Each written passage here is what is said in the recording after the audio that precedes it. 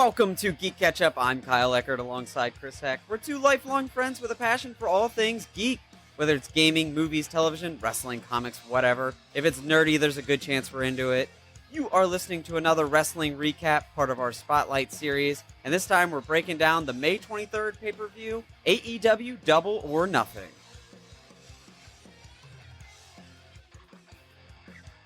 Before we get started here, Chris and I would like to take a moment to say thank you for listening to this wrestling recap, and thank you to everyone that's been listening. There's a lot going on in the world right now, and we appreciate you choosing to spend your time with us. Hopefully everyone is staying safe and healthy. Also, we hope that in this short time you're hanging out with us, it's a nice break from the high stress we're all experiencing. Usually this is the part where we ask you to spread the word about GeeK KetchUp on social media and to stay saucy. Instead, I'll ask that you spread the word on using common sense, smart social distancing, and to quote Braun Strowman, remember to wash those hands.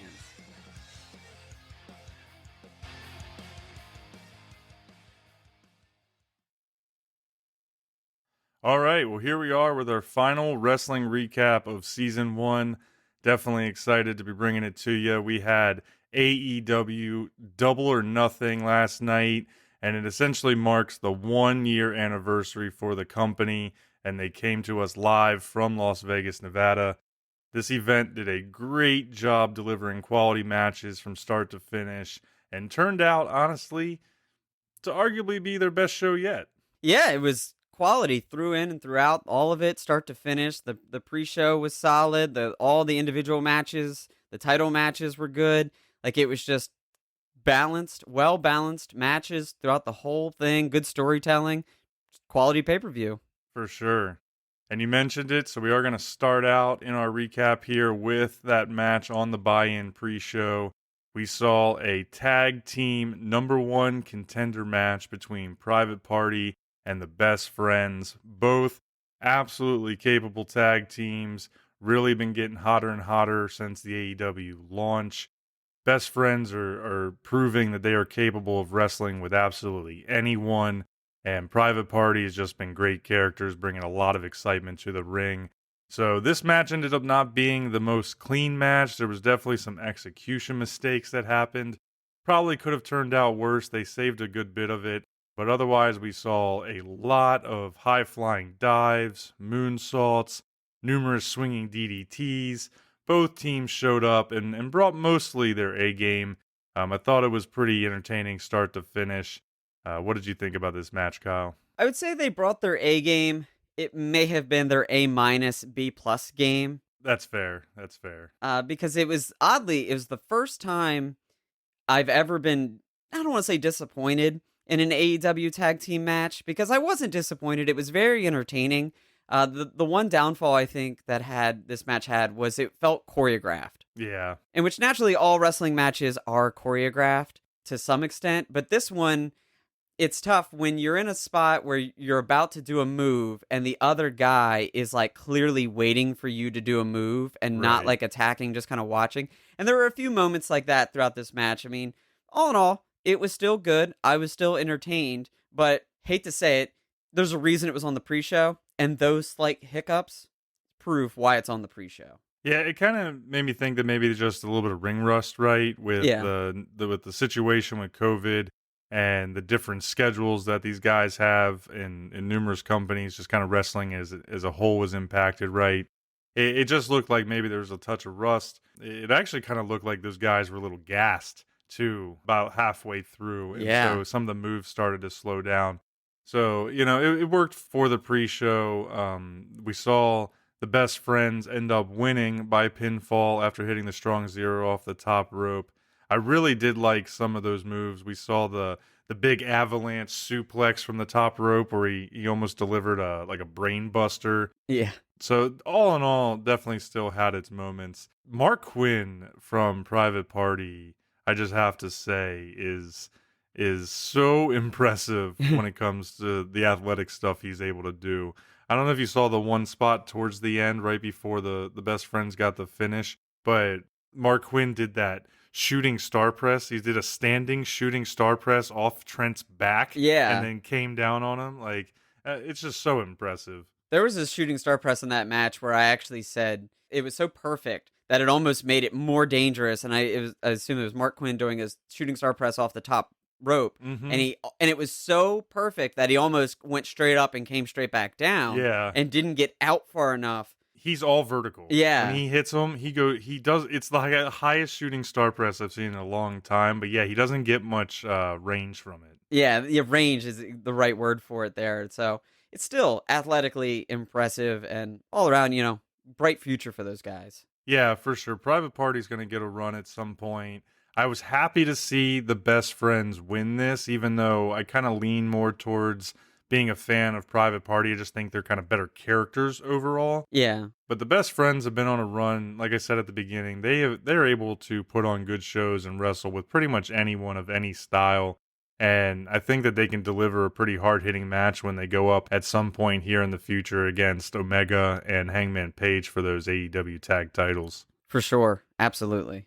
So we're going to keep moving here because there was so much that happened in this pay-per-view. So with the one pre-show match in the books, we moved over to the main card. And I have to say, I was really surprised that they kicked it off with this casino ladder match for the AEW title shot. If you're not familiar, but you know what wrestling is, essentially it's AEW's Money in the Bank. Yeah. There's no way around it. I don't know if it'll have quite the exact same stipulations as far as, anywhere, anytime the option can be cashed in, but there's an opportunity hanging above a ring. There's ladders everywhere. You can put 2 and 2 together.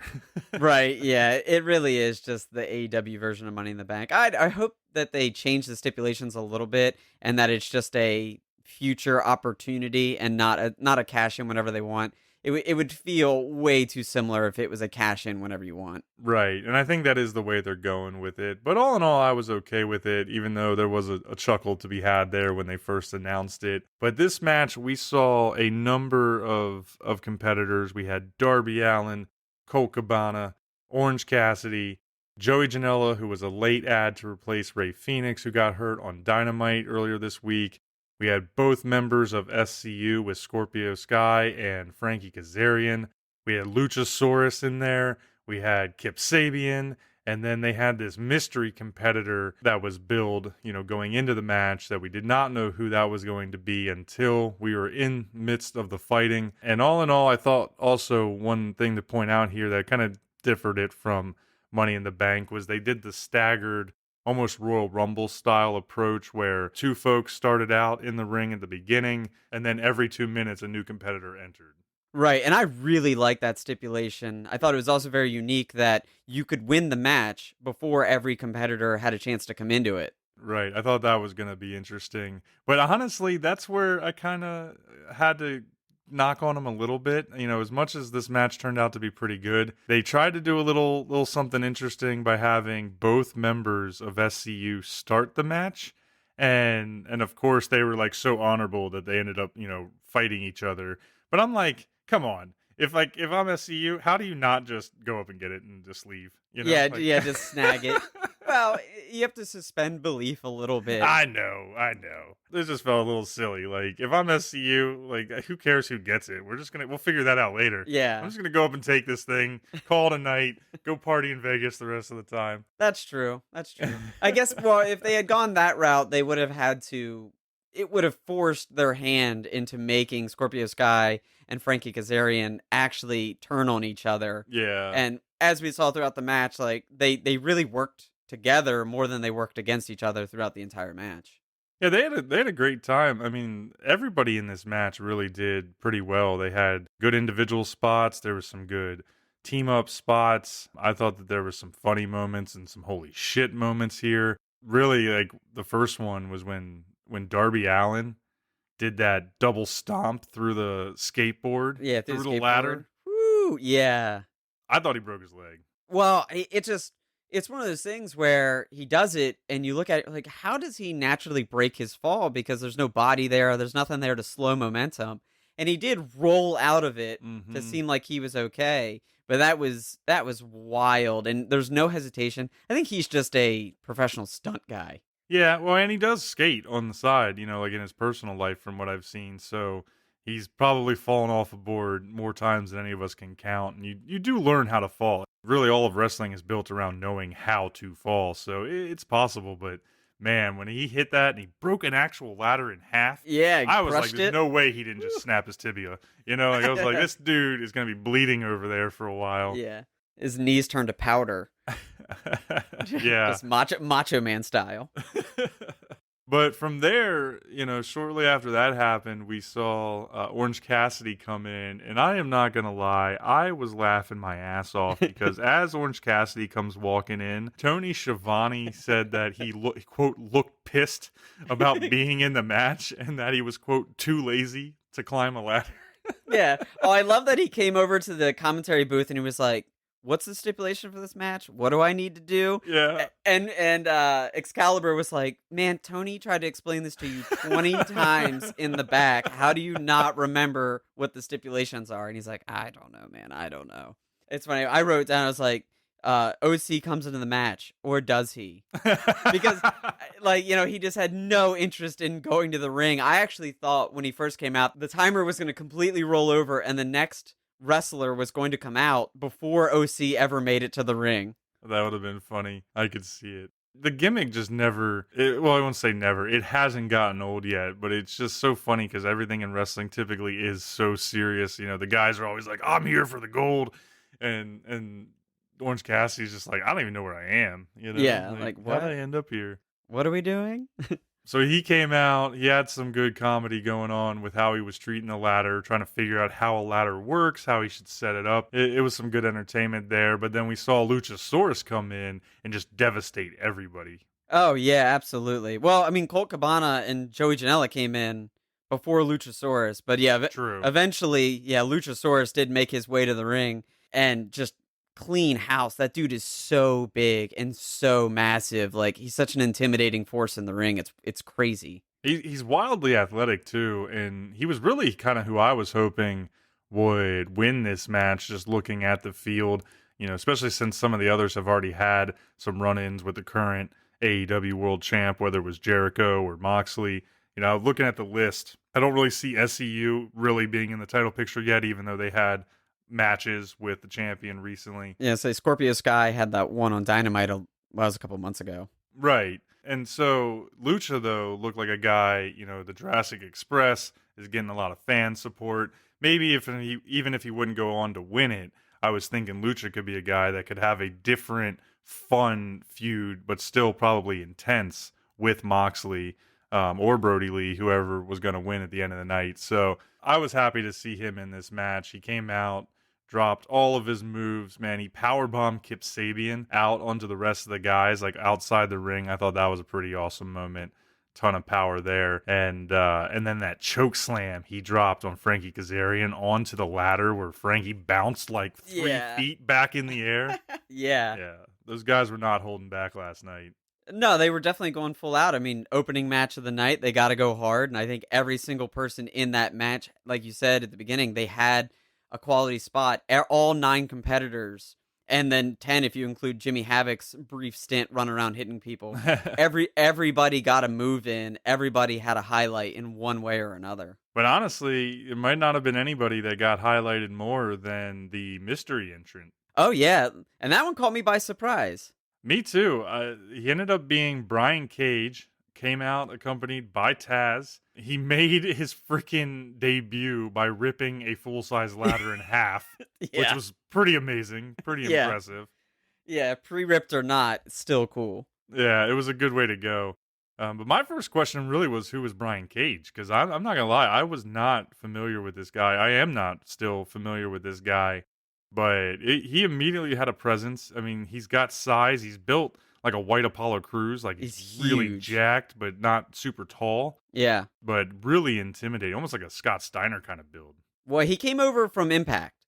And I knew that he was a free agent signing, and he was in the TNA Impact world. Okay. And I basically, I know that I don't follow TNA or an Impact other than really Tessa Blanchard and I saw Brian Cage being highlighted there. So he came over from there. He was a big player, but I wasn't too familiar with his work. I was actually very impressed because at the look at him, I didn't think he was going to be as athletic as he was. Right? For sure. He was doing some serious stuff. I thought, oh, he's going to come in and he's going to be a Ryback.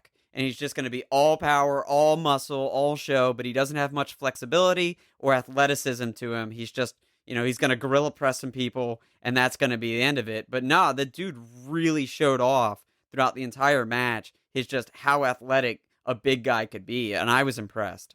Oh, yeah. Well, the bar these days for big guys is really changing. Yeah. Like you can't just be a strong man anymore so much. Like even guys like Braun Strowman or this guy Brian Cage, Luchasaurus, that are these massive imposing figures, they're still out there doing flips and dives and high flying stuff. It really is just a different game when it comes like you can't judge any wrestler by the outside appearance anymore, because they may come out and just completely show you up on what you're thinking that they're going to do. And this was one of those situations. So he looked like a solid mix of really powerful and then really agile. He kind of got buried for a while because after he did his initial push, got that initial pop, the whole contestant field kind of turned on him, buried him underneath a giant poker chip table and some ring barriers and things like that. Took him out for a while, really. Yeah, they kind of pulled a whole Brian Cage is going to go to sleep for a bit throughout all that. But before that went there, I really liked the moment where Brian Cage was climbing the ladder and OC jumped on his back. Yeah. And he continued to climb the ladder with Orange Cassidy on his back. And Orange Cassidy actually got his hand on the chip while on Brian Cage's back. I thought it was just, we said it before, Orange Cassidy brings a little bit of humor and fun to wrestling, and I do enjoy it every time it happens. And then shortly after, they went and they buried Brian Cage under all the equipment, I guess I should say it, in the giant poker chip. Did you see when Joey Janela it's probably the only real highlight moment of Joey Janela's night, but he gives that running Death Valley driver to Cassidy off the apron onto the poker chip, which is on top of Brian Cage. yeah, I did. I thought Joey Janela had two highlights. One was when he first came in, and he runs so weird. But he was running like the short little steps and diving on everybody. But this Death Valley driver off the apron was really, really intense. Yeah. But I don't know. Joey Janela was he was in there, but he was kind of forgettable for me as far as the 9 competitors in this match. And maybe it's because he was a late entry, so they didn't have too many things for him to do because they had planned for Rey Fenix to be there. Joey Janela's forgettable every night. I'm not a big Joey Janela fan, to be honest, at this point. Not sold on Joey. I knew that you had said that in the past, but I wasn't sure if you still felt that way about Joey Janela. Like, yeah, he just doesn't do it for you. Doesn't do it for me. Not even with this sweet Death Valley driver on the apron. That was a good moment, but as a character and all that, I can leave him. After all that, really, to finish up here, this was a pretty long match, tons of spots, but we ultimately saw the new guy, Brian Cage, work his way out from underneath the pile of rubble, and he kind of knocked out a few different guys, but he ended up finishing out the match by military pressing Darby Allin, who was laying on top of a ladder. Yep. So Cage is essentially, military pressing a ladder and a human at the same time. And then he threw him completely out of the ring, which was really it looked kind of bad. Like, I don't know if you noticed that. Oh, the way he fell. Hit the way he fell. But it was impressive. And then he climbed to the top and he snagged the poker chip to have the opportunity to go on and face the AEW World Champion. I actually kind of liked. Did you see his finisher? I guess it was called the drill claw. Like a pile driver? It was like a suplex into the spike pile driver. Yeah. He did it to one of the smaller guys. I think he did it to Kip Sabian. Yeah, right? It was Kip, yep. Yeah, okay. Yeah, I did see that. It was pretty sweet. I liked it. It's a solid power move. I'd like to see him try to do it against a bigger person. That might be. True. But, I mean, the dude is jacked, so he can probably get anybody up. Yeah, for sure. I think he immediately had a presence. I think he's an immediate threat to whoever's the champion. He's an immediate threat to the entire AEW men's division. So we'll have to see how he can talk. They've got him with Taz, so I'm not sure if he's good on the mic or not. The jury's definitely still out on him. Yeah. But I'll bite. I mean, I was impressed. At first I was thinking not much to see here probably. By the end of the night, I'll follow this guy and see where he goes with it. Yeah, I'm not going to write him off on one match. I mean, his debut match, I was impressed. So you give him that. I like Taz. I think Taz can talk. He's proved that on AEW Dark on Tuesday nights that he's a good talker. So See where it goes. Yeah.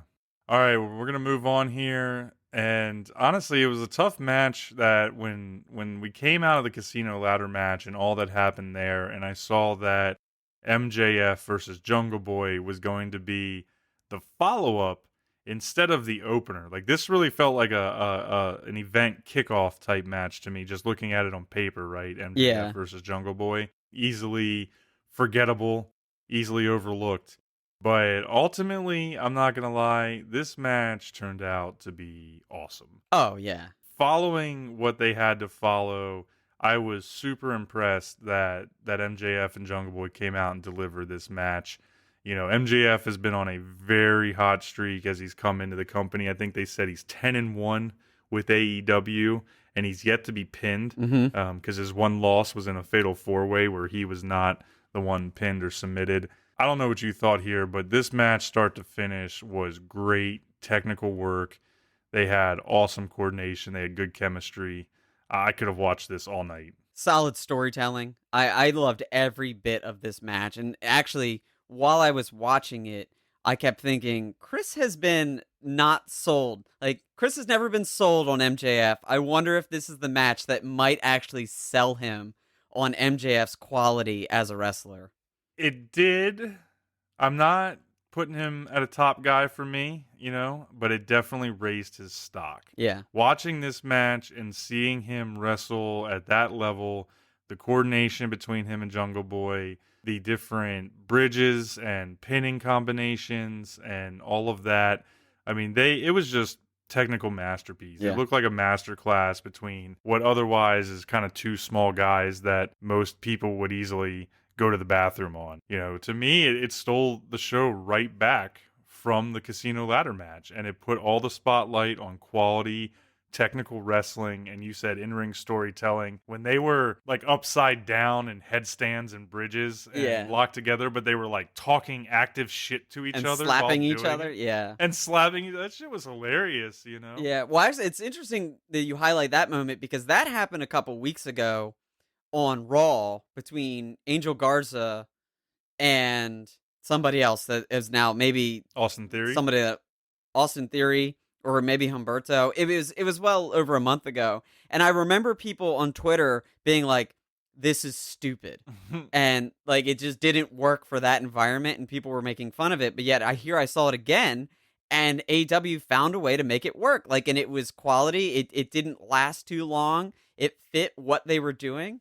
I thought a lot of the story in this match was a classic back and forth, and they were doing the same moves to each other to show how even they were technically. Right. And I really appreciated that. Like, I really was into, like MJF is a quality heel with quality wrestling.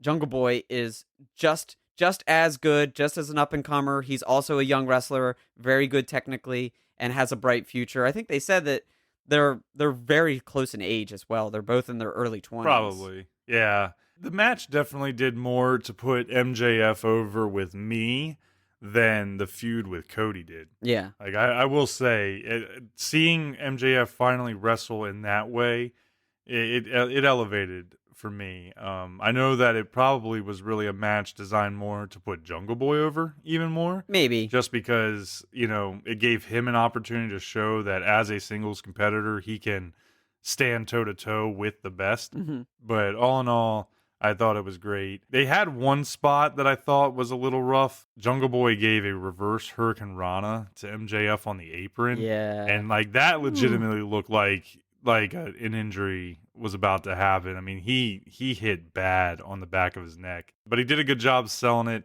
You know, he ended up coming back from it, but I don't know if you saw that one. No, I did. I definitely caught that. It looked really rough, but he played it well because I thought MJF, in classic MJF style, his heel work is just top notch. And it wasn't that exact moment that he asked the doctor to come over and check him out, but he then parlayed that into a later spot in the match where like he pretended to be hurt. The doctor came in the ring, and then he fooled everybody and attacked Jungle Boy from behind.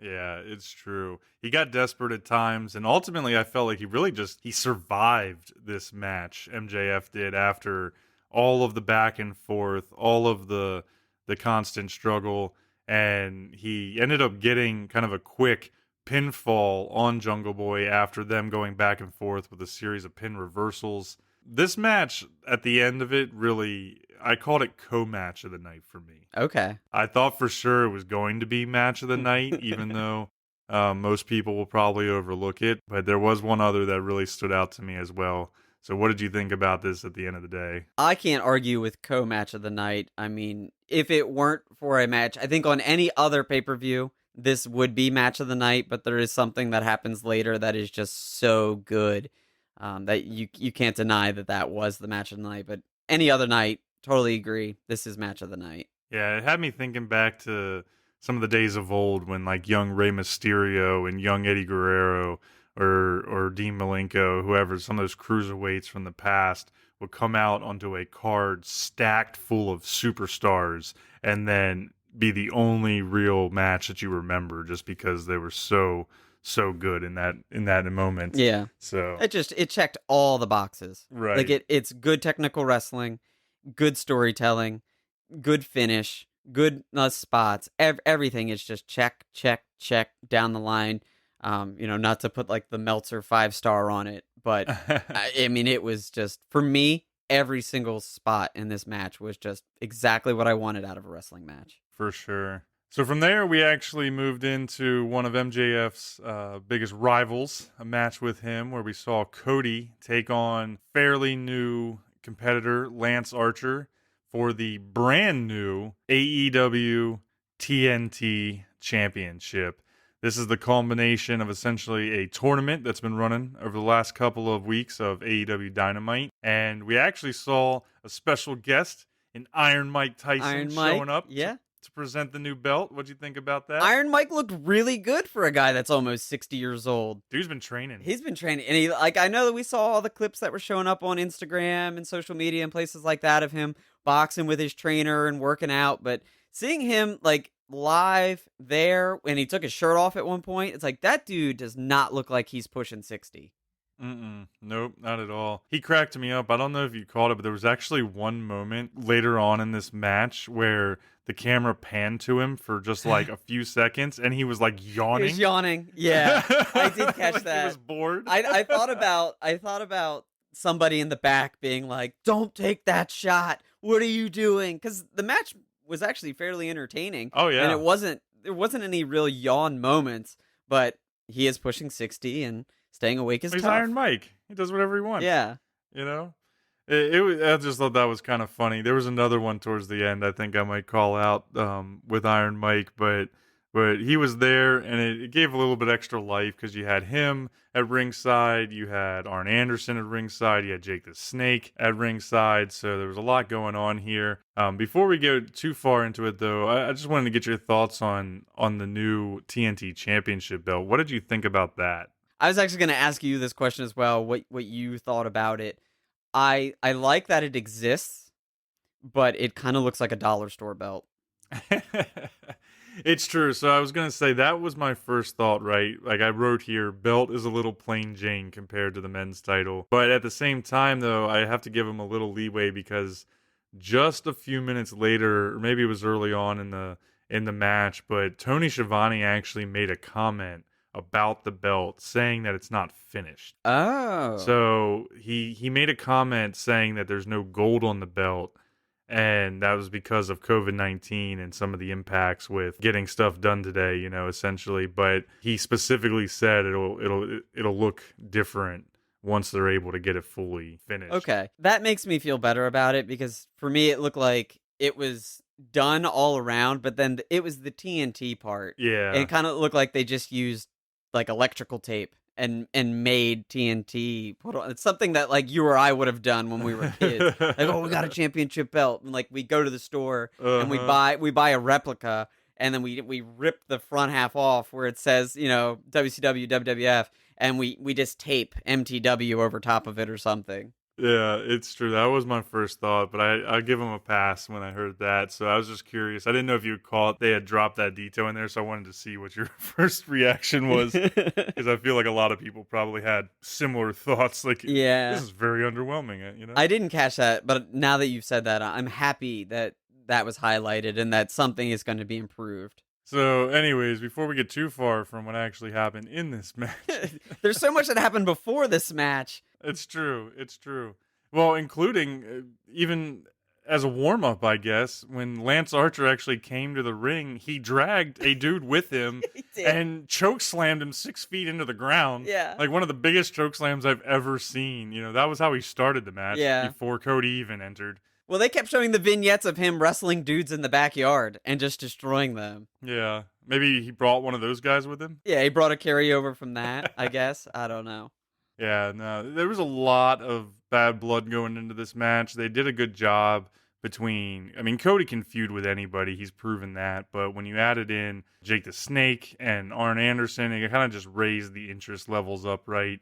Got a lot of really creepy promos from Jake the Snake over the last couple of weeks. And Lance Archer was just out there pretty much just dropping massacres on everybody. He almost ended Dustin Rhodes' career in the semifinals of the tournament.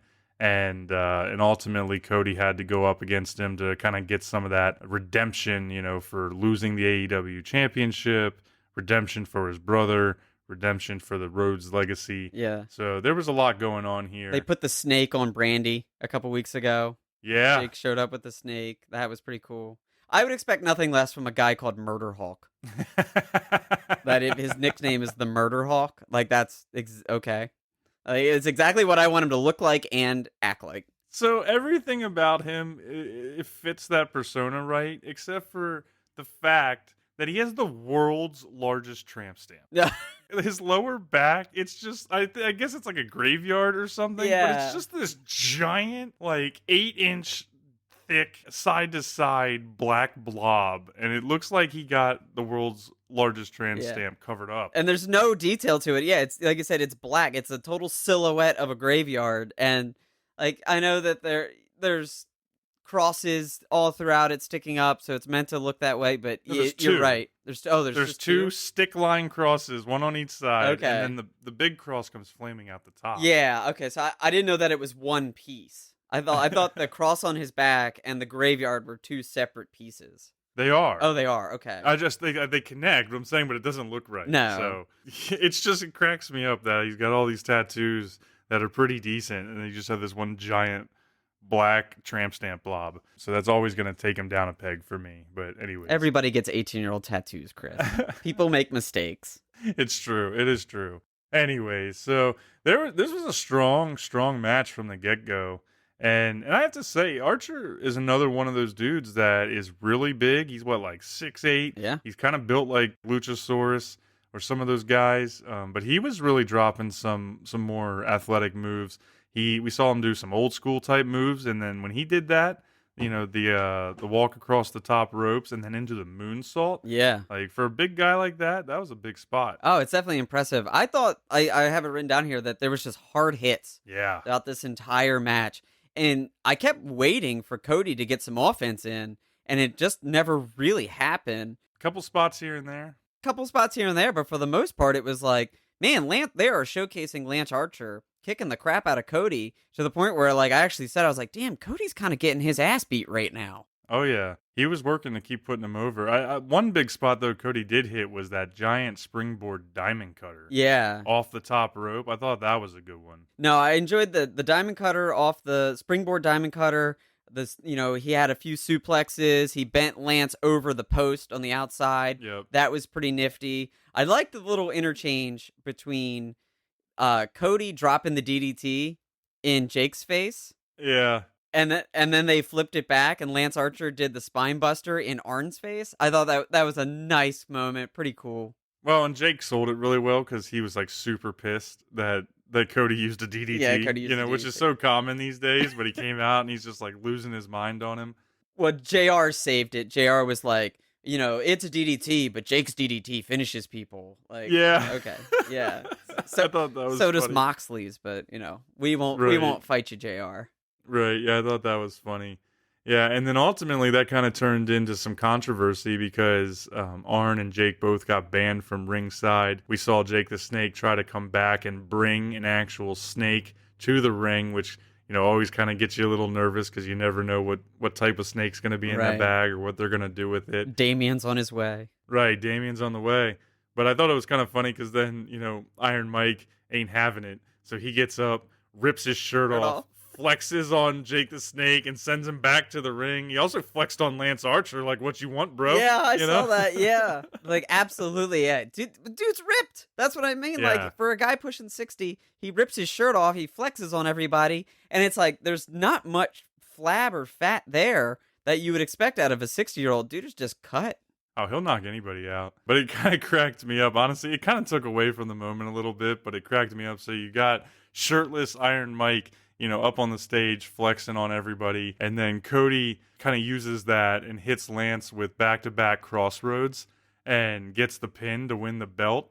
But I don't know if you caught it, but Mike Tyson was still in the background, just kind of like wandering around shirtless. He was trying to put his shirt back on. Actually, I did. Yeah, I noted that. I was like, you know what? You can't hate on him too much because he's your guest. But shirtless Mike Tyson was so distracting trying to put his shirt back on that it actually did take away from the finish of the match a little bit.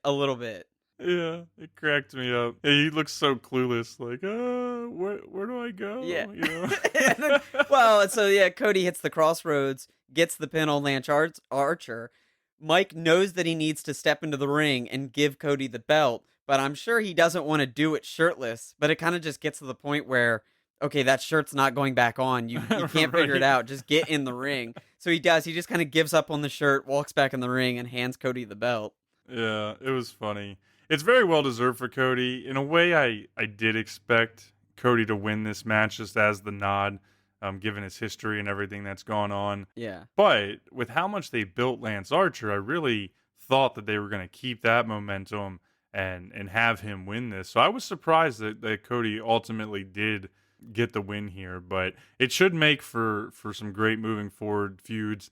Cody has proven that he can make quality entertainment out of anybody that he's wrestling. Yeah. He is building these feuds. He delivers in ring pretty much every time. I kind of wanted to see if you had any thoughts on whether or not you think MJF might circle back.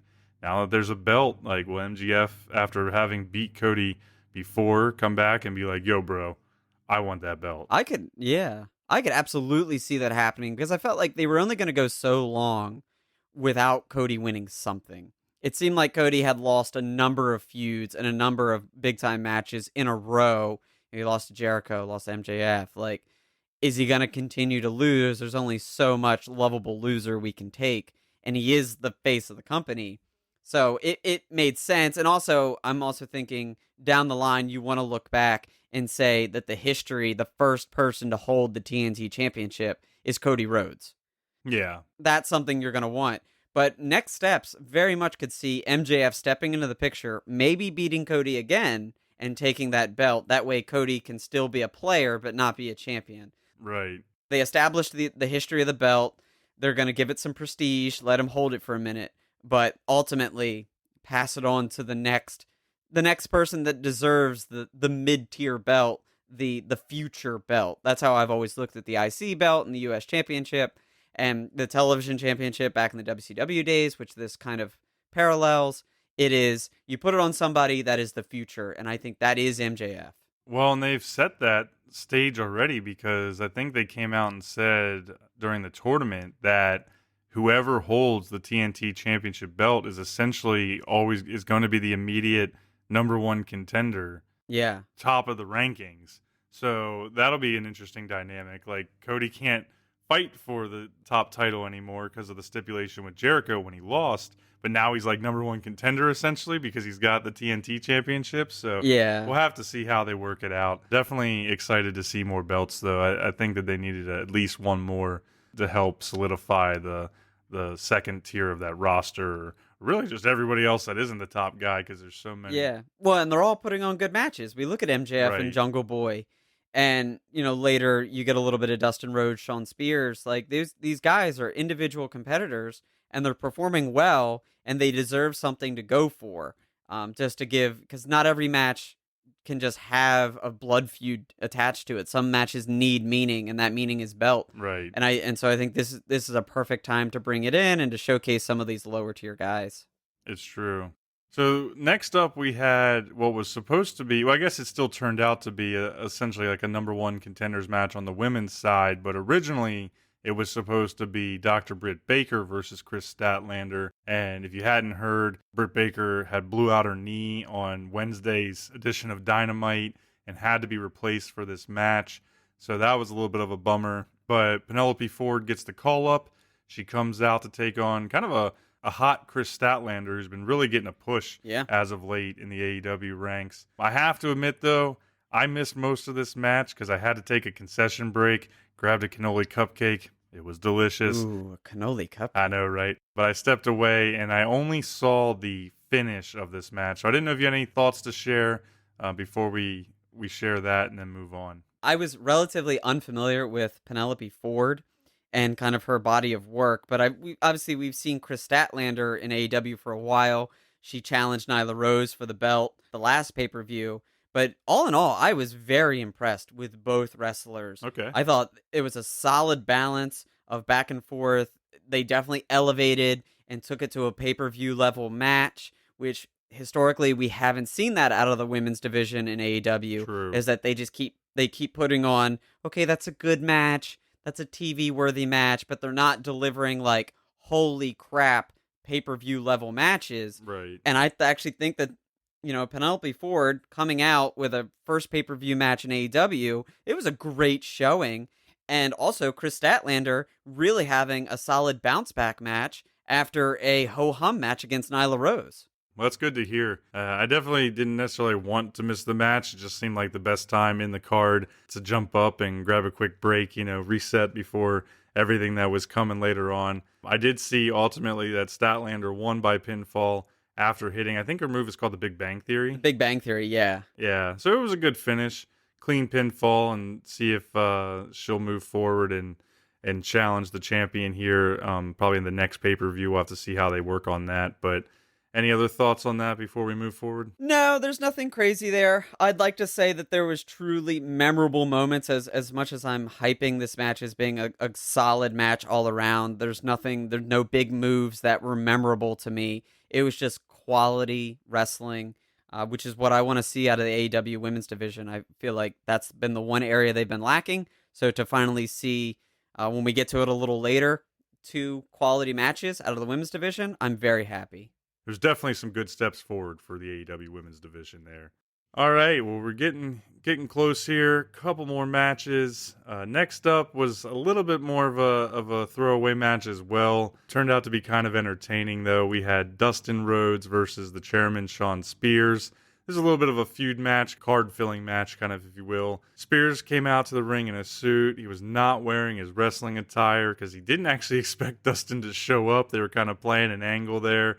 He even had Dustin's music played as a ruse, to get the fans worked up. But then as we get going here, Brandy came out, distracted Spears, and allowed Dustin, her brother-in-law, to mysteriously show up behind him in the ring. And from there, it was annihilation. What'd you think here? I really enjoyed the way they revealed Dustin Rhodes. Like, I thought that was a smart utilization of the crowdless environment, where you can have the camera person in the ring right up behind Shawn Spears on his back and then have Dustin Rhodes just slightly come into frame. I thought that was great because in a crowd environment, you'd hear a pop. You wouldn't be able to execute it in that manner because, the crowd would give it away. So I thought that was really smart. I really enjoyed it. And Dustin kind of proceeded to kick the crap out of Shawn Spears, which is cool, but at the same time, is Shawn Spears ever going to return to being a legitimate threat in AEW? Dude, I don't know. It was pretty much the number one note I had here from this match is it was entertaining, and watching Spears get stripped down to his underwear, he was embarrassed. It was a squash match. It was a quick match. It was fine from some of those angles. I will say, I don't know about you, but at one point I actually thought that Spears' dick was coming out of his pants because he had the picture of Tully Blanchard. Yeah, well, they stripped him down to his skippies and and on his boxers he had a picture of Tully Blanchard right on the front. It did. I actually thought, I was like, oh my god, are they gonna blur that? Well, at first, because before they showed it, he was still moving around, so all you saw was this like whitish pink blip on the front, and there's guys' boxers, you got the little flap that you can pull it out, and do things with it. So like I was like, oh my god, Yeah. like Yeah, I thought it too. I thought it too. But I was thinking there's no way any wrestler would just hold character without adjusting themselves. Right, right. So yeah, it was funny I laughed pretty hard though when they finally revealed like it was Tully Blanchard's face, put on there. And that was by far the most entertaining part of the match. But anyways, going back to what you were saying, the Natural ended up winning this by pinfall after hitting the final reckoning, and that was my first thought. Was what the hell is wrong with Shawn Spears? He could wrestle plenty fine as Ty Dillinger in WWE NXT. Yeah. He can wrestle just fine as Shawn Spears now. I think the character needs some work, but like he's a young guy in his prime with a good look, and there's no reason why he is losing to a guy like Dustin Rhodes at this point in his career. No, I wholeheartedly agree. It doesn't make any sense. He has a solid mouthpiece in Tully Blanchard as well. And I thought a year ago, I believe a year ago, maybe a little more, that the whole point where he got the nickname the Chairman is when he was challenging for the championship, for goodness sakes. How far has he fallen that a year ago he was challenging for the belt and now he's in throwaway segments where he's getting the crap kicked out of him Right. by Dustin Rhodes? Like, that's not to discredit Dustin Rhodes. Dude's a legend, and like he probably needed a little bit of a bounce back after getting destroyed by Lance Archer.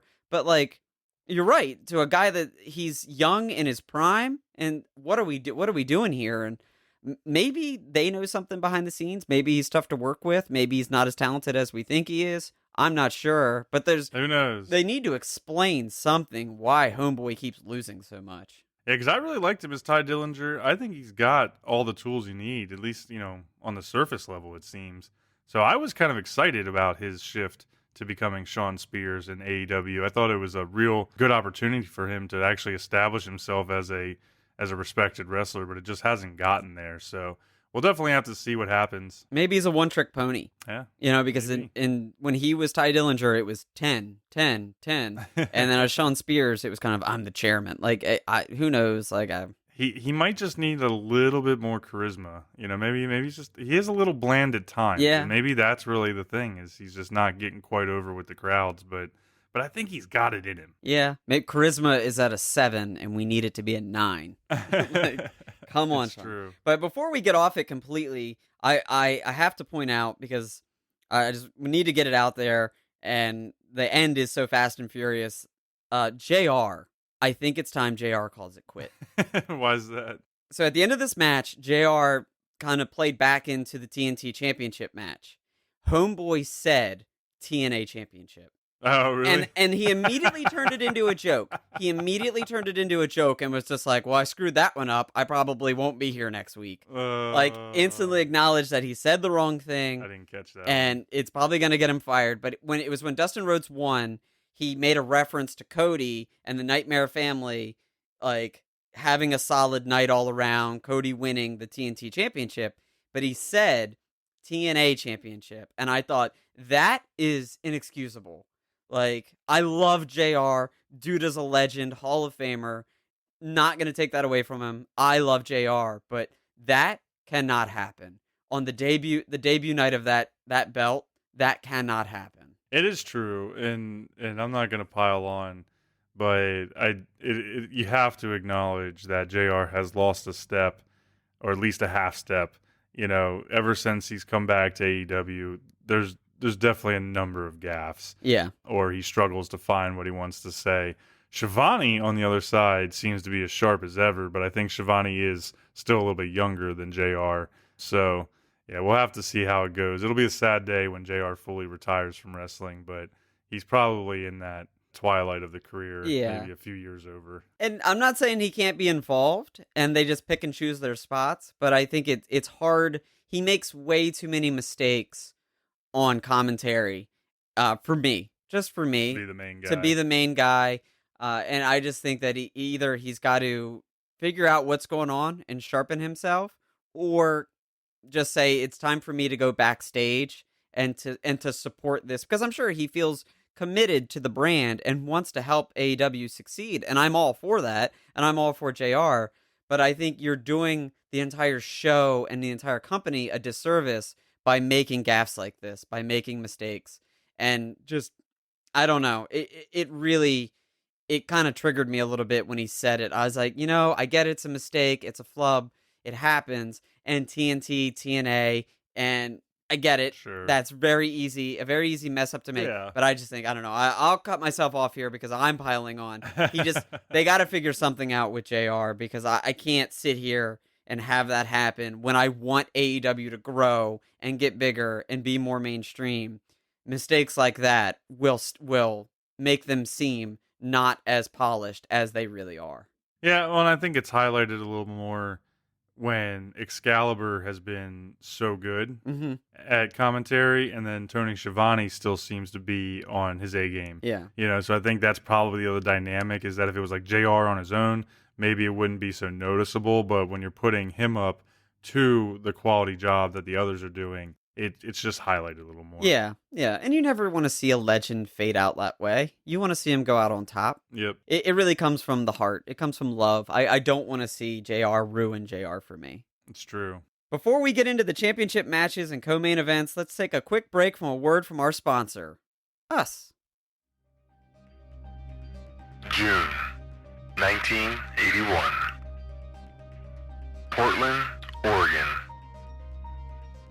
A night that starts out as innocently as any other. Two friends had arranged to meet up at the movies, but these plans were never kept. With time to kill before the movie, one stops by the arcade. See, a classmate had told him about a new game that had just come out. The idea was to only stay for a moment, but that moment would turn into hours. And what was meant to be a quick trip would change everything. A season finale that will shift all you thought you knew about video games. GeeK KetchUp presents Polybius.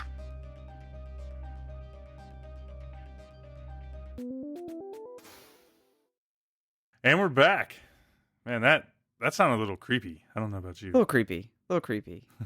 Give me About to see what's going on. Give me the there. tingles. Give me the tingles. Got to get refocused. All right. So next up, honestly, we were talking about the women's match earlier being quality. I thought that this women's match was maybe the best match that the women across all of AEW have put on. I was really happy with this fight between Nyla Rose and Hikaru Shida. This was a no DQ, no count out match for that women's championship. And I was a little worried for Hikaru coming into this just because, you hear no DQ, no count out, no rules essentially for someone like Nyla Rose. That usually means you're going to be in for an ass whooping. And Hikaru is not a super big competitor. No, she's small. Especially comparatively speaking. So I didn't know exactly what we were going to get, but they put together a great promo package to really elevate this into a very serious tone right before they came out. We saw Shida come out in some amazing FF7 Tifa-inspired gear, so that immediately Digging it. put her into the winner's bracket for me. I was immediately rooting for her once we saw that. But what did you think about this match? Just really good all around. Like you said, the women's division in AEW needed some bounce back matches.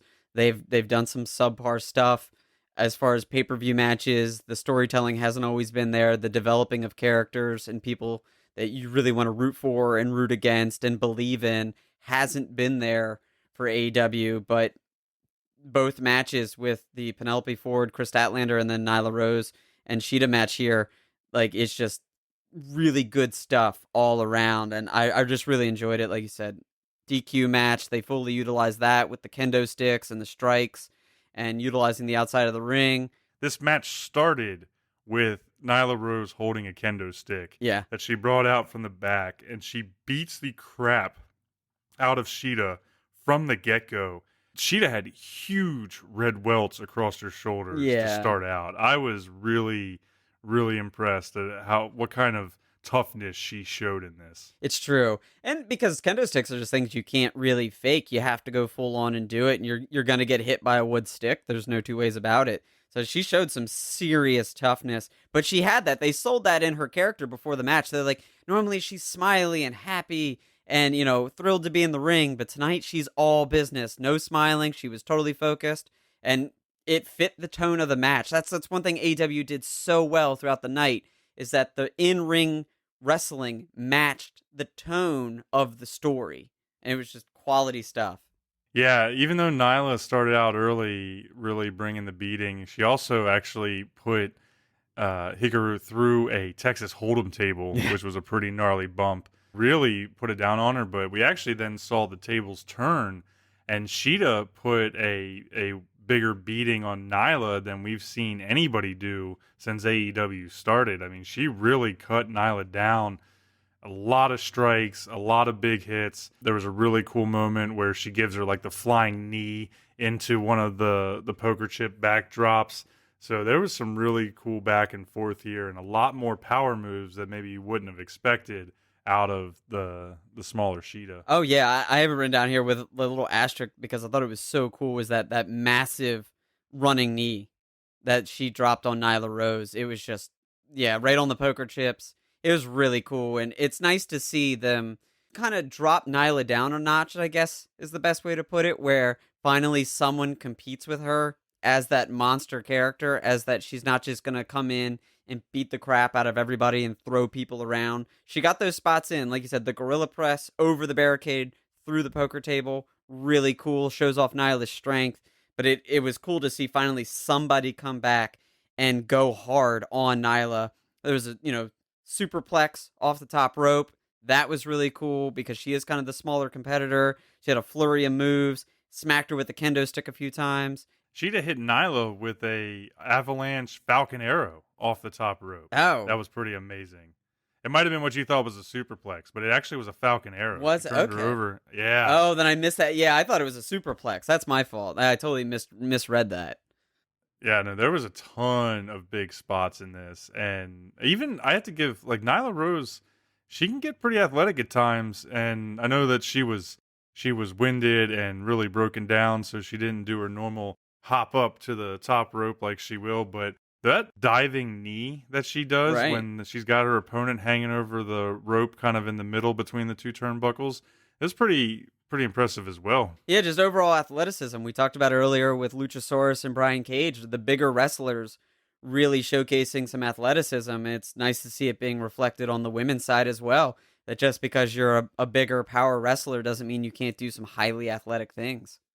And overall, as much as they went around using all the different props, the tables, the kendo sticks, it was a very well executed match. It was a clean match. I don't really think I saw any missed spots like that, sometimes happen with these gimmick matches like this, but they had the crowd worked up, as they were going in and out with the different props. And really, Hikaru Shida stunned the world by upsetting Nyla Rose by pinfall after breaking a kendo stick over Nyla's head and connecting with a couple different flying knees. Yeah, I was really surprised by that. Just before we get into that, I want to say I hated on Nyla pretty hard in our last wrestling recap of AEW Revolution, and I thought her match with Chris Statlander was just not pay-per-view quality. And so hats off to her. Kudos to her. She bounced back. Big bounce back. Really impressed me here. It's really one that I wanted to see out of Nyla Rose. But when she ended up losing, I was shocked because the match was so good. I was like, okay, finally, I'm getting a solid match out of Nyla Rose. Her reign didn't last as long as I anticipated. Yeah, it's true. I expected her to win there just to keep the domination going, but I was actually a little happy that they did it. I think it's better storytelling. I think it leads to a little bit more interest moving forward. The AEW women's division really needs all the help it can get. Yeah. With everything outside of just the talent that they have, they've really got to step it up. And I think that this can be one of those moments. It was easily the best match that they've had on a pay-per-view in that division so far, at least in my opinion. And I had it. This was the other match I had as co-match of the night for me. Oh, really? I originally marked this match when I was going back through it as match of the night, and then I couldn't get away from giving some accolades to that MJF Jungle Boy match. But really, I thought this delivered start to finish and had a good surprise at the end, so I was happy overall. Wow.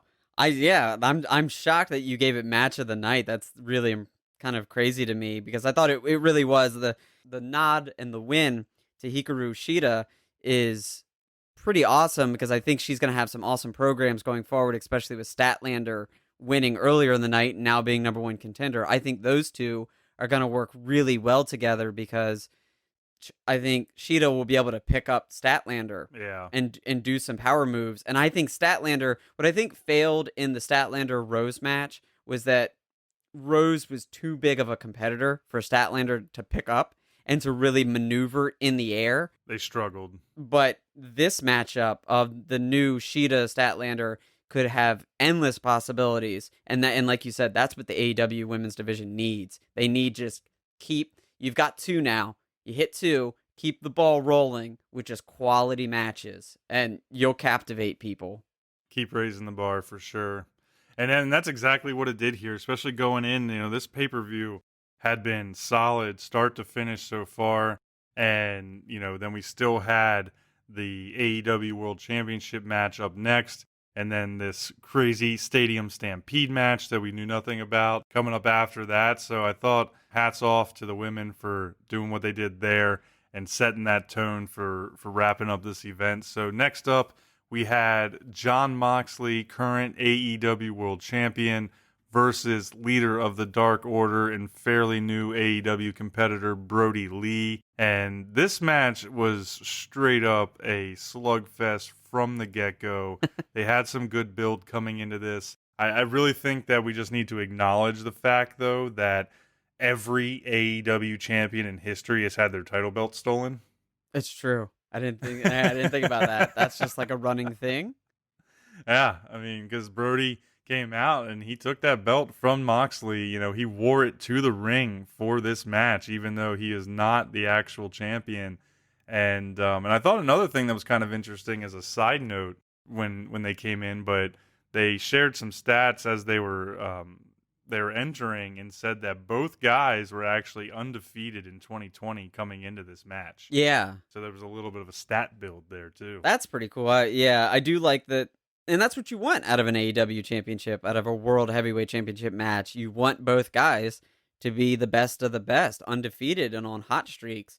So I really liked it. It's funny that you called it a slugfest because I literally wrote down there's only one word to describe this match, and it was slugfest. They went all over the ring and in and outside of it and just beat the living hell out of each other. Oh, yeah. And then, honestly, it was wild, the paradigm shift. I don't want to get too far into the match, but that was insane.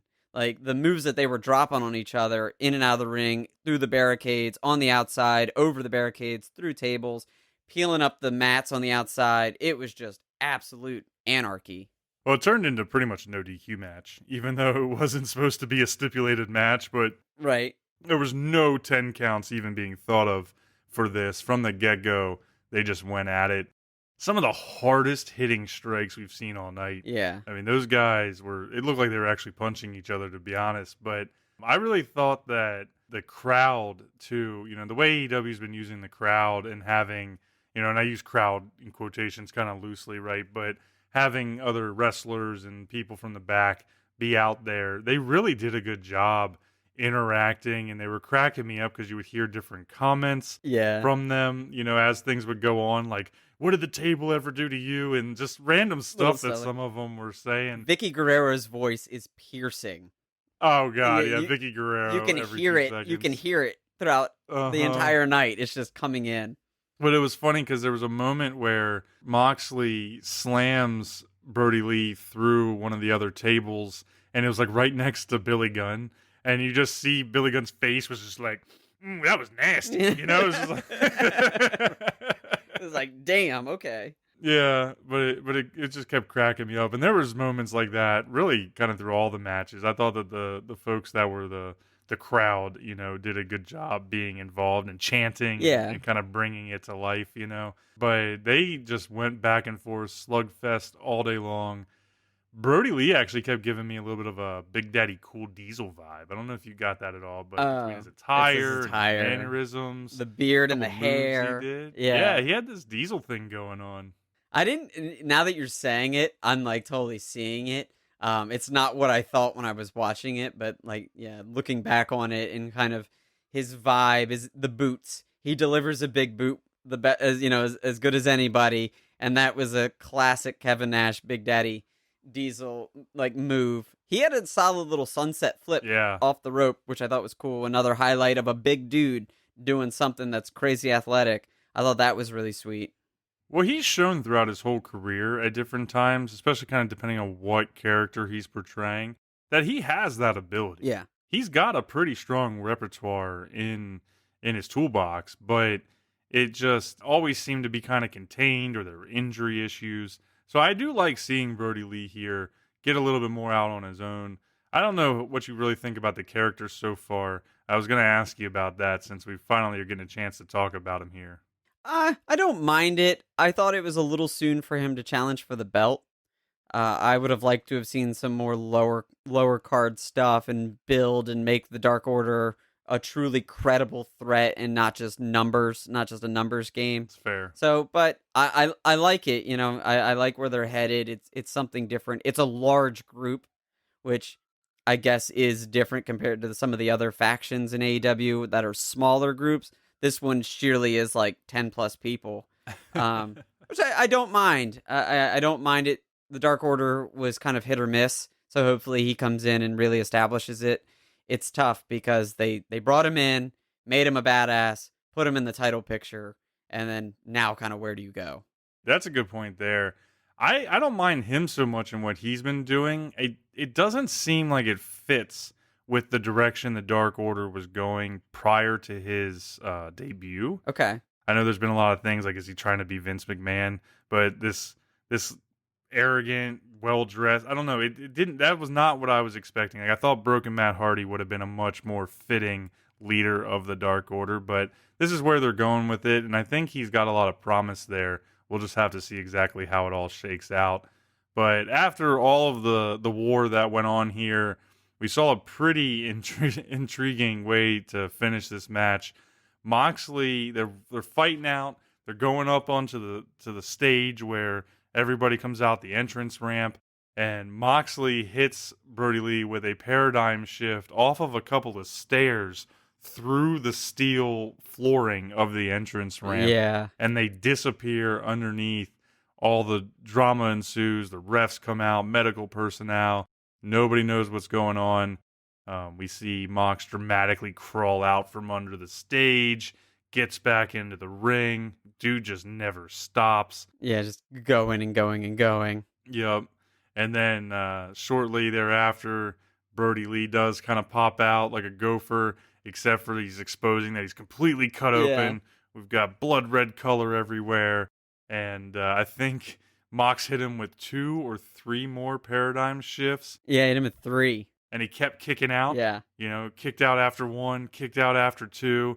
And then Mox finally just said, the hell with this, threw him in the chokehold, put him to sleep, and won the title by submission. Yeah, and I like it, but I also don't like it at the same time. It kind of, because you put him through the stage, that didn't take him out. You hit him with 3 paradigm shifts, that didn't take him out. So clearly he's just this beast that can't be contained until you put him in a sleeper. Like, and then he turns back into a human. Like, it just, I didn't think about that, but good point. you know what I mean? Like, he's supposed to be this badass and like can take any amount of damage, but he's still, and who knows, maybe that's like a monster trope that I'm just unhappy with. It, like, you know, in the end they're still vulnerable to a very simple move. It's true. So I wasn't totally satisfied with the ending, but it didn't like totally ruin the match for me. That's fair. I guess. I would agree. It did seem a little odd after everything else, but I would agree. It didn't ruin the match. I thought it was still a pretty good contest. They definitely created some immediate history between these two that I think could circle back in the future. I expected Mox to retain and continue pushing forward. But going back, kind of just one last thought here, you know, going back to the very first match of the night with the casino ladder match when Brian Cage snagged that world title opportunity. Yeah. What do you think it's going to be like seeing him feud with Mox? That should be very interesting, and it's mainly because like we don't know a lot about Brian Cage. True. The one thing I'm hoping for is, like, I expected Mox to retain, and that's cool. What I would like to see is something different out of his matches. Because so far, I feel like all of the Jon Moxley matches have been these, like, knockdown, drag-out, crazy matches where, like, people are going through tables or the entrance ramp or his Omega match where they got a barbed wire and the bed of barbed wire and the bats. And I want to see Moxley's range. I want to see him do something different.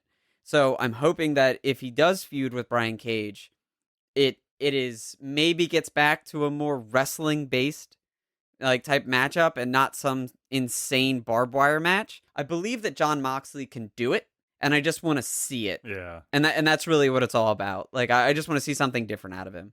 Yeah, that is true. Every one of his fights have been these knockdown, drag out wars that, he's just the tougher guy that's always going to get back up and survive. So that is a good point. We've seen that now a number of times on the pay-per-views. It would be nice to see a different style. I think it's going to be a tough situation, right? And how long they hold out before this match happens will be interesting. But, can a Brian Cage big man, hot new item come in and then afford a loss immediately to Moxley? Or are they willing to go ahead and take the belt off Mox when he's so hot and put it on a guy like Cage? There's some interesting things we'll have to see. And with how young AEW is as a company, we don't really have a track record to know typically how they play with some of these situations, because they're not strange things for wrestling. No. But it's just new for AEW. It will be interesting because you think about what they've done now with Lance Archer and Brody Lee. True. They brought two guys in that are hot ticket items and put them in high profile matches now, and they lost. Because that is true. That happened with Lance Archer. I know that he made his way through the tournament with wins and big wins, but ultimately he did lose to Cody, and it was a legitimate loss. There wasn't shenanigans. And now Brody Lee the same way. He was this massive monster leader, exalted one, leader of the Dark Order, and build, but then in the end he did lose, and he did lose clean. So.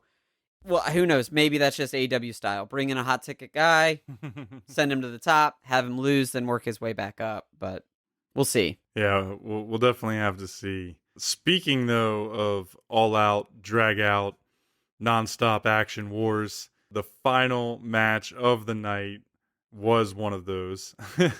Yeah, this thing was crazy. We saw the Elite with Matt Hardy, Kenny Omega, the Young Bucks, and Hangman Adam Page take on the Inner Circle in what they called a Stadium Stampede match. It was pre-recorded at the Jacksonville Jaguars football stadium. So I thought that was a pretty awesome environment to have something like this. Yeah, it was unique. We've seen empty stadium matches before, and this could have gone down that same path where it's just another empty arena stadium match, but they really didn't. They took it next level, especially with the number of people, 5 guys on each side, gave a lot of flexibility as far as what they could do and where they could go. The look of it was different because there was a ring in the middle of the football field. The 50-yard line. But the 50-yard line, but the match didn't start in the ring, but they did eventually make their way in it and then out of it again. This match was so crazy, start to finish. I think they just nailed it, and I loved it. Oh, it was super entertaining. It was so fun. From the moment that they even came into the arena, right? So they're coming down before either team gets announced and comes out to the ring. They've literally got the Jaguar cheerleaders and drumline and mascot all in, face covering masks for health reasons, but they're on the sidelines in full gear doing cheers, doing the drum line. They introduced the Inner Circle out of the tunnel like a football team. They're in custom pads and jerseys and helmets. I was only Jericho. Yeah. Really. Only Jericho. Only Jericho. Well, that's what I love about AEW is they find a way to take these goofy ass situations and make them entertaining and fun and not campy. Mm-hmm. No. This match should have been the dumbest thing I've ever seen, but yet it finds a way to be the most entertaining thing I've ever seen. And you gotta tip your cap to Jericho and AEW. I don't know who's writing and developing these things, but it's just so good that they make it feel it's the right amount of silliness in each moment. Yeah. So they come out and the Elite, they didn't come with custom uniforms, but they did come with weapons. Yeah. That was smart. But I thought it was funny the way the match started was essentially both teams about, 20, 30 yards apart, and Girl Hebner blows a whistle and just starts a scrum. Yeah. And they just take off at each other. It was like the start of an old XFL game. Yeah, that's exactly what I just thought. It's the start of an old XFL game. Like, way to do it. They took a couple shots like that. They took a couple shots throughout the night where they poked fun at old WWE stuff. But from there, it was just one scene after another. Laughs, oohs, ahs, pain. I mean, this thing had everything you could think of, and we're not going to be able to cover all of it because it was super long. And I definitely recommend anybody out there go and try and get your hands on a copy of it if you can. Who knows if they'll show more of it on Dynamite this week, but totally worth the watch. Just some of the highlights here, and we'll kind of just bounce back and forth on them. But, we actually, when the match started, we only saw 4 members of the Elite. Yeah. And Hangman was nowhere to be found, and that's not necessarily surprising if you've been following what's been going on, the little bit of tension between them. But, Omega gives this little glance to the rest of them saying, it's okay. I think Hangman's going to be good. And then after, a few minutes of fighting, we see Hangman show up on a horse. On a horse. Yeah. Yeah, on a big old horse, like a huge stallion. Goes, a real stallion, and then goes chasing Sammy Guevara into the tunnel and off camera. Yeah, recreating the golf cart scene from a few weeks ago on Dynamite. Yep, that was super funny. Somehow Sammy escaped, and we see Adam Page riding the horse around backstage, like in the tunnels and stuff, looking for him. So that was pretty funny. Eventually, we see things like Matt Jackson climb a ladder to get up on a goalpost in the end zone and do a moonsault. Yeah. We saw the combat bleed into the stands. But, Hangman was just still riding the horse around. Yeah. Eventually he finds his way to the bar. Hey, he found his way to the bar. He found his way to the East Club, whatever, like bar. Yeah. It made sense. But it was just spot after spot. What were some highlights for you? I can't get around it. The entire pool spot with Matt Hardy and Santana and Ortiz was just so good. Like, because right after the start, like you said, the Jackson jumping off the goalpost, the high action, Kenny Omega coming in with the broom and being the cleaner, like that was all good. But it wasn't until things really started to break down and they started to utilize the different areas. And the pool spot was really good. I thought the bar scene between Hager and Hangman Page was really good. But before we get into the bar scene, I have to stop and talk about the pool. Because it was Matt Hardy against Santana and Ortiz. And they find their way to like a 3-foot high pool. And they throw Matt Hardy into the pool. And then I believe Santana gets into the pool to start fighting him. And he jumps in like he's going to drop like a huge elbow. But it's a small gap. Like, it's only a 3-foot high pool. Ortiz is nervous and doesn't want to jump into the pool. Because he can't swim. So he backs his way down the ladder. And everyone's just laughing. The guys in commentary are just dying because of just how goofy and weird it is that he doesn't want to get into the pool. He's afraid of drowning when all he could do is just stand up. But then, yeah, they get Matt Hardy, and they're beating him up in the pool, and they start they try to drown him. Yep, they dunk him. And every time they dunk him and bring him up, it's like they're baptizing him. And every time he comes up out of the water, he's a different version of Matt Hardy, between like version 1, broken Matt Hardy, big money Matt. And it was just, I was rolling. Oh my God. When I watched it. What ended up happening for me is I started to doze off a little bit last night, just couldn't fight it, got the sleepy eyes. So I rewatched it this morning, and I was cackling this morning trying to watch it. When he first popped up out of the first time as like Hardy Brothers version 1 Matt Hardy, I definitely let out a wail because I was laughing so hard. That was so well done. And then he would get dunked back under, and they had like the pool had clear sides, so they were able to get footage almost like an aquarium, from the outside underneath the water. Yeah, so every time he would go down and he was doing like the different Matt Hardy hand signs and stuff, like it was perfect. It was so fitting. Oh man. And then you mentioned the bar. So Hangman's just hanging out in the bar drinking. Jake Hager finally stumbles in, and they go into like a classic, almost like Western style bar scene. Yeah. Are you here to drink or are you here to fight? Yeah, and then they start fighting. Dude, Hager gave Hangman a rock bottom onto a pool table. Yeah. Dude, that looked like the worst bump I'd seen all night because a pool table is a solid inch thick slate Yeah. panel with like an eighth inch of felt over it. That's it. It's literally just rock. There's no give at all. No give. It took me back to the MTW days when we used to wrestle as kids, and I had a pool in my basement at my dad's house. Yep. And we would utilize it here and there, but never in that capacity. Never would I No. want to get slammed on top of it. Nope. Ultimately, we saw Omega come in to the bar looking for Paige and helping him out. Jake Hager takes like 5 or 6 champagne bottles to the skull. Yeah. And then receives a buckshot lariat over the bar to kind of finish him out.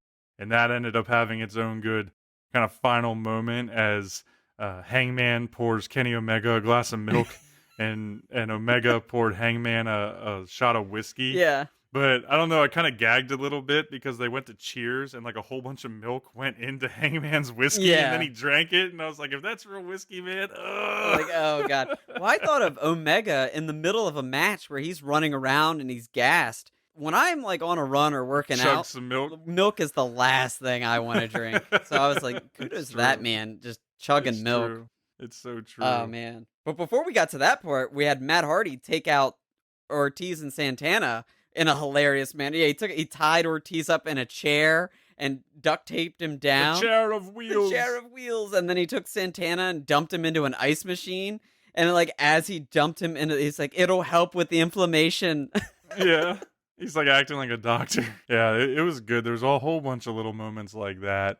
They eventually did get back down to the ring. We saw Jericho deliver a Judas effect to Jackson DeVille, the Jags mascot. We saw Matt Jackson give Sammy Guevara probably like 112 consecutive Northern Light suplexes to travel from literally one end zone to the other. And I was dying every time they would come back and show that they were still doing suplexes. Oh my like God. a centipede all the way down. Was awesome. And then when he got there, essentially scored by putting Sammy into the other end zone, he dropped that Alex Wright dance on him, man. Remember that WCW Alex Wright? He did, yeah. I like totally missed that. What a nice nod. Oh, What a nice that nod. was so funny. He even said it. Matt literally looked at the ref when there was a joke and he's like, Alex Wright, and he starts doing the dance and then the ref threw the flag on him for excessive celebration. Oh, yeah. Okay. See, I caught the flag, but I missed why the flag had happened because that all went down right after Jericho challenged. Yeah, Jericho threw a challenge flag. Threw a challenge flag on the pin. Yep. And it took it into the replay booth. Nah, it was so good. They worked in football, they worked in wrestling, they culminated some stories, had some callbacks. It was really well done. I am so all for these pre-recorded, pre-produced matches. I mean, WWE did great on the WrestleMania versions. AEW is delivering here. If you really drop the seriousness of wrestling that people try to always give it, the competition of it, it's half circus, it's all entertainment. Yeah. And so it's really built for these moments. Like if they embrace it, it's perfect for these types of situations. And so I'm all for it. I was super happy with it. I'm not always down for them, but when done right, like this one, they are entertaining. You can't get around it. But I feel like you need to pick and choose your spots. Oh, And yeah. so far, both companies have really done well. And the crowdless environment is a perfect time to do something like this. So, well Yeah, done. you can't do it every match, no doubt. There's no using this for every match, but one an event, one every other event. I don't know. I'm totally for it. I thought that it's been a ton of fun. Ultimately, we saw a new Vanguard 1 show up. Neo an 1. Upgraded Yeah. Neo 1. Neo Yeah. 1. Yeah, I think they said it natural. It was the end that I missed, but it's the natural electronic organism. Yep. Or the new, yeah, okay. No, I think it was natural electronic organism. Yeah, totally was awesome. Distracted Jericho and them, and pretty much the whole inner circle got taken out, and we ended up seeing only Sammy left standing. He kind of survived somehow. Thinks he won the match at one point Right. until he gets confronted by the rest of the elite, and then he takes a huge bump Whew. when Yeah. Omega delivered a one-winged angel off kind of the top of the concourse, or I don't even know exactly where it was, but it was a good probably 10-15 feet up, back down onto the field through a bunch of tables and boxes and everything. And he gets the pin to claim victory for the Elite. I believe that's like a camera stand where on an NFL game they would put a camera operator there. That makes sense. With like a 50-yard line, left and right, kind of cover the whole field situation. Yeah, it was wild. I could have watched probably another 10, 15 minutes of it, even though it was getting late in the night. But once again, if you didn't catch it Saturday night, go find it on YouTube or wherever it is online. It was totally worth it. Yeah, there's moments that we couldn't even really get into. The sprinklers hitting Sammy, the spray paint line over Jericho. They recreated the golf cart scene. Like, it was just quality stuff through in and throughout. Yep. It capped off a great Double or Nothing event. So, all in all, I do think Double or Nothing just hit all the marks. It was just a well-balanced show through in and throughout. Slight hiccups here and there, but easily to overlook them. Quality matches, quality storytelling, laughable moments, high impacts, good spots, great champions, well done. Crowdless environment does limit them to some effect, but they pulled through and still found a way to put on a very fantastic, entertaining show. Thank you for listening to GeeK KetchUp. If you enjoyed today's chapter, please remember to subscribe to GeeK KetchUp on Apple Podcasts, Stitcher, Spotify, or wherever you listen to your podcast. Check out GeeK KetchUp on Facebook and YouTube, and follow us on Twitter and Instagram at GeeK KetchUp Pod for updates on new episodes every 2 weeks. You can find links to all these accounts in the show notes below or at our website, www.geekketchuppodcast.com. Stay saucy, you nerds.